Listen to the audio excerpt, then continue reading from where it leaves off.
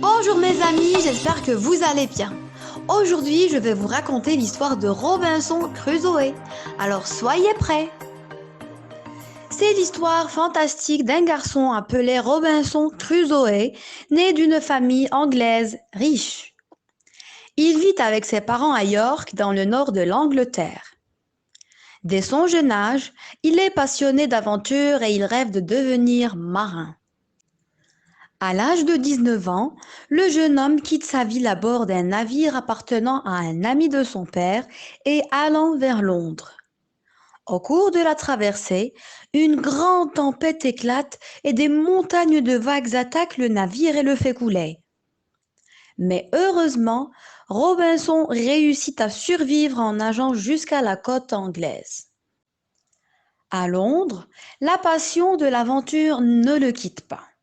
Il se lie d'amitié avec le capitaine d'un bateau qui accepte de le prendre avec lui jusqu'à la Nouvelle-Guinée. De retour à Londres, toujours passionné d'aventure en mer, Robinson repart pour un deuxième voyage. Lors de la traversée, le bateau est attaqué par des pirates. Il s'empare de tous les membres de l'équipage pour les vendre en esclaves. Notre jeune marin est donc emprisonné durant 2 ans. À la fin, il réussit à s'évader et à regagner l'Angleterre. Quelques années plus tard, voilà que la passion de l'aventure lui revient. Il part à bord d'un navire portugais vers le Brésil. Là, Robinson s'installe et devient propriétaire d'une plantation de tabac et de canne à sucre. Il est l'un des plus riches du pays. Il mène ainsi une vie prospère et fréquente les riches marchands. À chaque occasion, il leur raconte ses nombreuses aventures en mer. Un beau jour, des amis lui proposent de partir avec eux en Afrique. Pourquoi ne viens-tu pas avec nous? Lui disent-ils. Tu es un bon marin et tu pourras nous aider. Aussitôt, le désir de vivre d'autres aventures le pousse à accepter. Il décide donc de repartir en mer. Au bout de 12 jours de navigation agréable, voilà qu'une terrible tempête éclate et déchire les voiles du navire. Celui-ci fait naufrage et les énormes vagues emportent sauvagement tous les compagnons et ce qu'ils possèdent. Seul Robinson est rescapé.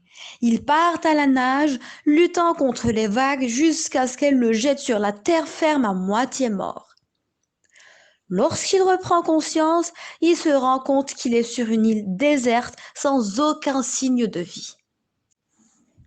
Il se réjouit d'être le seul survivant. Mais il n'a ni nourriture, ni eau potable, seulement un couteau, une pipe et un peu de tabac. Le lendemain, la mer se calme. Alors Robinson repart à la nage jusqu'au navire coulé. Là, il récupère ce qui reste des provisions, des cordes et un fusil. Une nouvelle vie commence pour lui et il doit s'y adapter. Il choisit un endroit où il construit une cabane assez élevée. Il fabrique une échelle avec les cordes récupérées et pour plus de sécurité, il l'enlève une fois installé à l'intérieur de la cabane. Jour après jour, son fusil à la main, il part à la recherche de sa nourriture. Il chasse des lièvres et des oiseaux. Une fois même, il a rattrapé 2 chèvres qui lui ont fourni un mois de provisions en viande. Les années passent et Robinson vit seul sur l'île, espérant voir arriver un jour un bateau qui le sauverait. Peu à peu, notre homme solitaire s'habitue à sa nouvelle vie jusqu'au jour où il découvre sur la plage des traces de pas humains.